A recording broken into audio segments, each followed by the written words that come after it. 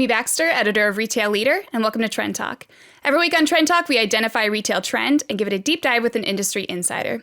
This week, we're exploring the role of retail in the cannabis boom. My guest is Brendan Lynch, a retail executive who has pivoted from big brands to cannabis. He is Executive Vice President of Retail at Jushi Holdings, a multi-state cannabis operator. So welcome, Brendan. Thanks so much for joining me. Hi, Amy. Thank you. Happy to be here. I would love if you could just actually first introduce yourself and tell me about Jushi Holdings. You bet. So I'm Brendan Lynch, Executive Vice President of Retail at Jushi. In my role as Executive VP of Retail, I'm responsible for leading Jushi's nationwide retail strategy, overseeing the operation of our existing stores in all of our markets, and introducing and expanding delivery service across all markets over the next year or two here. Since joining Jushi in August of 2021, I've definitely come to recognize and build an even greater appreciation for the passion, the dedication, and the drive for those who work in this business, and could not have joined a better company to do it with than Jushi. Cool. And I want to know more about your background in retail first, because I think you have such a great foundation with some major retailers, Gap, Anthropologie, Tom's. So can you kind of walk me through your career in the retail space? You bet. So started off my retail career actually kind of way back when in college in the early 90s with Gap. Initially kind of just did it as a part-time sales job to kind of have some extra spending money during college and found that I had a bit of talent for it and was definitely developing kind of a passion for taking care of customers and also for people and culture in retail. And after Gap, spent a few years with them, I went to go work for Anthropologie, which is where I spent the majority of my career. So when I joined Anthropologie, it was 2 stores. It was about like a $6 million business. I was probably employee number 20 or so. Wow. And spent just over 17 years with them and had this amazing opportunity to work with really smart, creative, entrepreneurial people to build that brand and build that business. And worked my way through field leadership and eventually into the role of head of global retail. And 17 years later, I left. We went from 2 to 175 stores. Went from a $6 million business to a $1 billion business. 800 million of that was retail, which was my and my team's responsibility. And there were about 6,000 employees in retail. So just this kind of wild period of growth. Incredible experience. Then I left and went to go do essentially the same thing for David Yurman. Spent about 2 years with them. Another great experience. After about 2 years, recognized that it was kind of time for something different, and really kind of getting back to something that I could really kind of personally connect with. So I joined Rudy's Barbershop as CEO in the fall of 2014. And another incredible experience. My first time role as a CEO, learned a ton, and just another really kind of great soulful brand with a really passionate customer and employee following. And expanded their footprint kind of across the country. We started our own product line, which was a lot of fun. I've worked around product development and design my whole career, but had never been responsible for it. So learned a lot there. And the team and I built a really great line of products sold at the Ace Hotels and Nordstrom and Urban Outfitters, and of course in our business as well. And I left them and conducted really kind of the second time in my career a proper search, which led me to Jushi. So here's the big question. Are you ready? Yeah, I'm ready. Why jump into the cannabis industry? You bet. So, as I mentioned, it was the second time I've conducted kind of a proper search in my career. And I was looking at really things that I was just personally passionate about and things that I just kind of really connected to, and also, things that I spent the most of my time doing. So it was really kind of everything wellness. And then there was a little bit of kind of food and beverage in there as well. So was looking at different wellness concepts, different healthcare concepts, fitness concepts as well. And then cannabis. And, there were a few things that ultimately led me to be part of cannabis. First and foremost was the opportunity to improve people's lives, and help people feel their best through cannabis. Secondly was the opportunity to do what I do, in a new industry and also to kind of do it somewhere where it wasn't going to be kind of a rinse and repeat, kind of play again.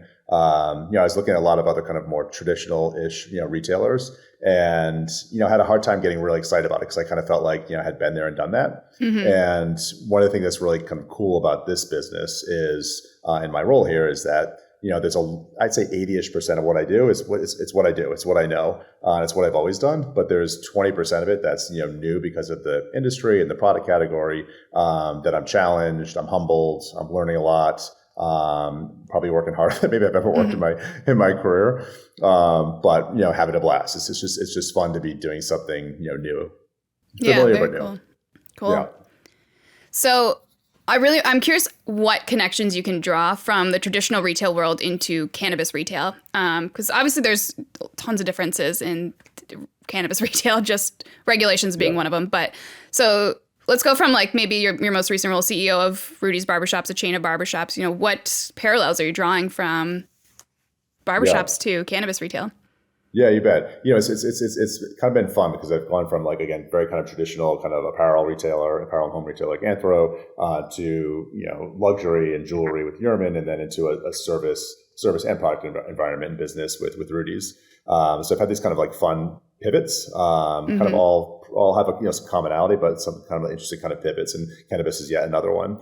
And as I mentioned a minute ago, I'd say again 80-ish% of what I do it's what I've always done. So it's about a customer experience, it's about an employee experience, it's about building a really kind of powerful employee culture where people do their best and want to be and want to stay. And it's about operating stores and managing and optimizing a P&L, store design, store construction, et cetera. But again, there's that 20-ish% that's new because of the industry, because of the product category, absolutely because of, state regulations, which is, kind of probably been the most fun, kind of challenging part of what this, what this has been over the past, 4 months here.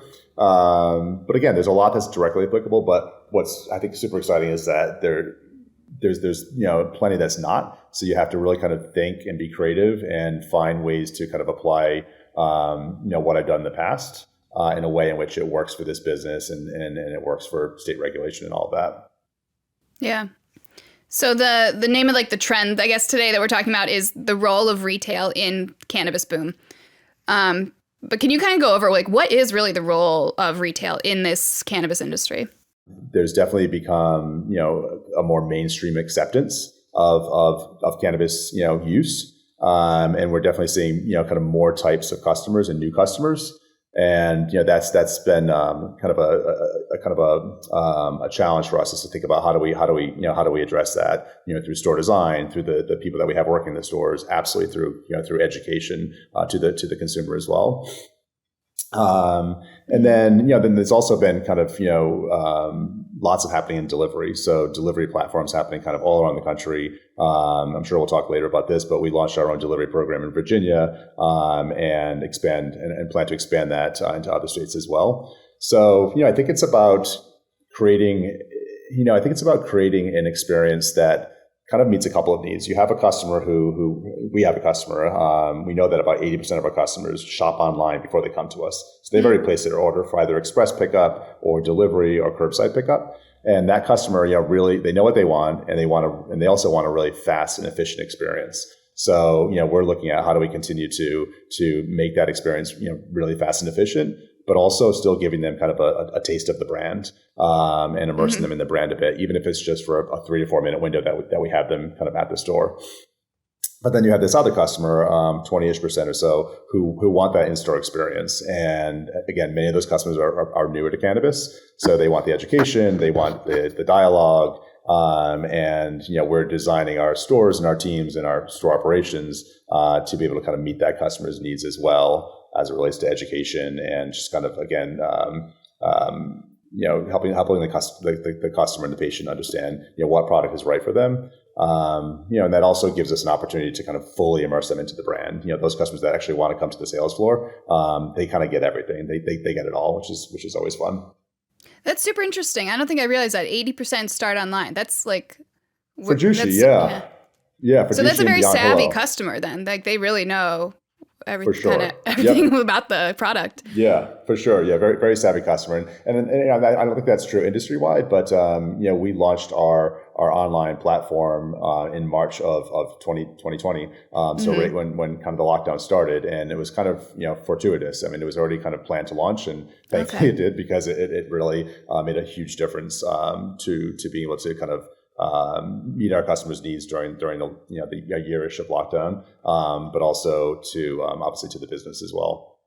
Yeah, that could not be more perfect timing, I think. Because I was going to ask, do you think that's a pandemic trend? Like just this like delivery kind of point of discovery, I guess, for, I don't know if it's discovery, if they're like repeat customer, but you know what I mean?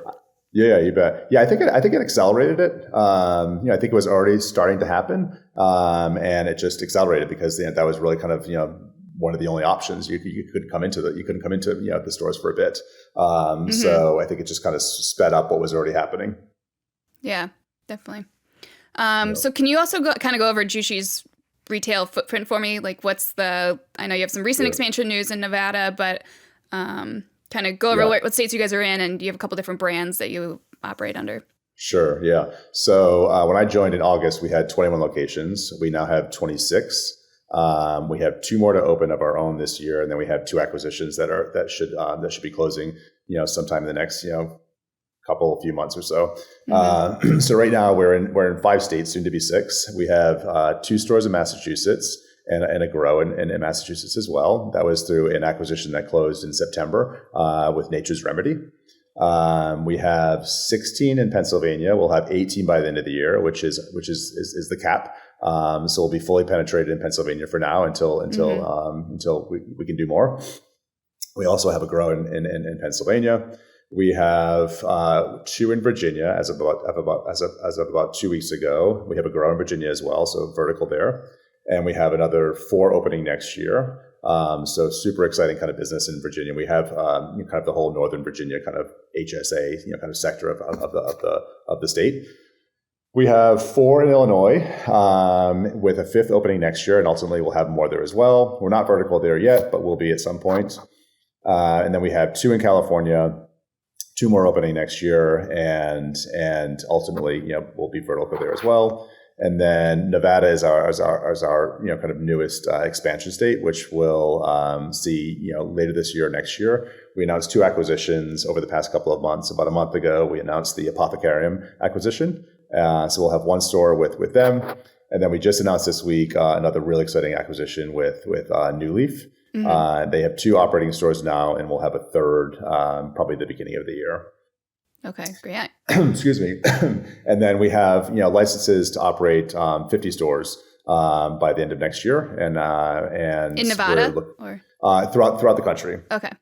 And we're looking to open another kind of year of double-digit store count growth through opening our own stores and through acquisitions as well.